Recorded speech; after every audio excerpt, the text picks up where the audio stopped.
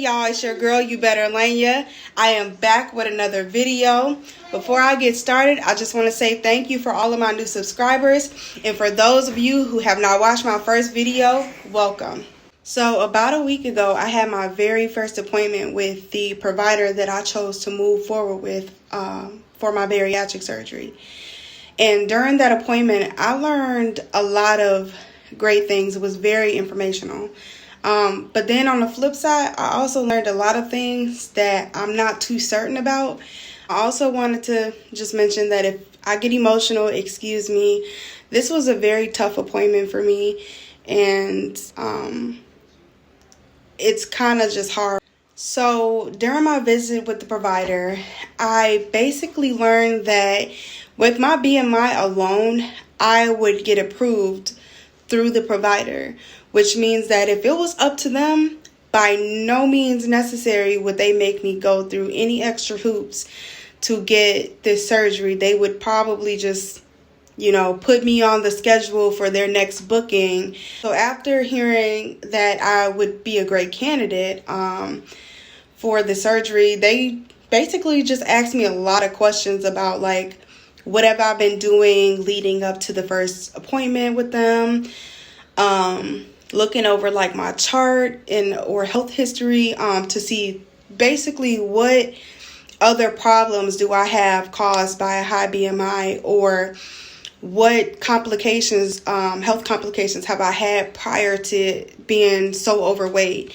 So yes, this provider was very, very thorough. However, during my appointment, I learned a lot of things that I'm not really too happy with. And it has nothing to do with the provider, which is a great thing. And it has nothing personally, I guess, in a way, to do with me, myself. This has a lot to do with the insurances. So basically, I learned that the insurance that I currently have won't cover my surgery. The provider in so many ways explained to me that if I'm not causing an insurance company to write checks every single day that's hundreds or thousands of dollars, I'm having to have multiple hospital stays within a month or a year, they basically don't care. I honestly can't even explain, I'm trying not to get emotional, and their decisions to basically make these type of choices for people. It really upsets me. I'm very frustrated. If a provider deems something medically necessary, you would think that it was medically necessary. They're not just kind of doing whatever. But apparently they feel otherwise. And I truly can say that if anybody else has dealt with this, I'm sorry. And I hope whoever needs the surgery, they don't ever have to deal with what I'm dealing with. Because it almost feels like I'm being kicked while I'm already down. So it was really a tough appointment for me.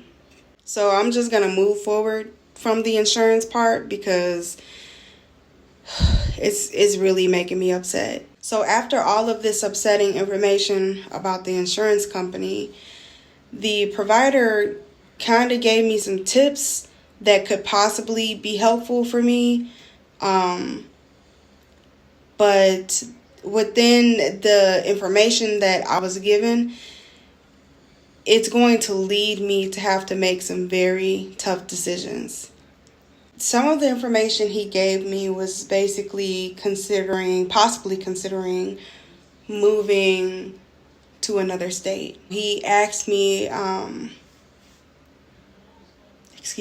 how important to you is your health and changing your lifestyle at this point? And I told him it's very important, I need, this is something that I need. This is something that, spending the rest of my life with my children depends on. And, he was like, well, I think you might just have to pick up and move. And that was tough for me to hear. It's tough for me to have to repeat.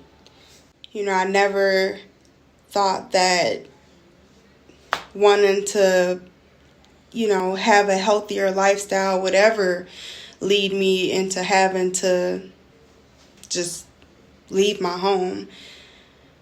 But unfortunately, that's just where I'm at. And I can say that, you know, I'm not 100% because I'm ready, you know. I gotta do what I gotta do. I'm just a little scared. It's a really tough decision. But I've made up my mind. I really feel for anyone else who has been in my situation that wanted to turn their life around and they couldn't just pick up and leave. You know, they don't have the options or the means to be able to do that, but all they want to do is get themselves together. I don't think I'm honestly ever going to get over the fact that I'm literally having to pick up and move to another state just to make sure that within the next couple of years, I'm here for my kids.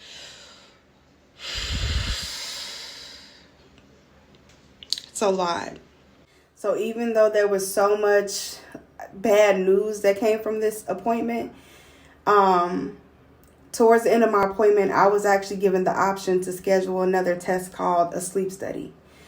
I've already had one done, and it basically came back, you know, as me having what's called mild sleep apnea, which is basically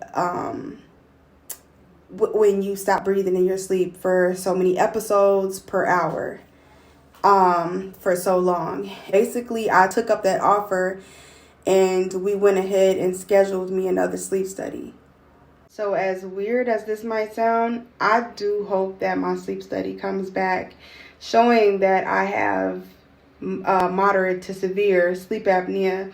That way I can get approved for the surgery here in my current state, and I won't have to pick up and move. Things is quite interesting right now, and I almost feel like, you know, I'm on a teeter-totter right now, and, you know, this can just really go either way.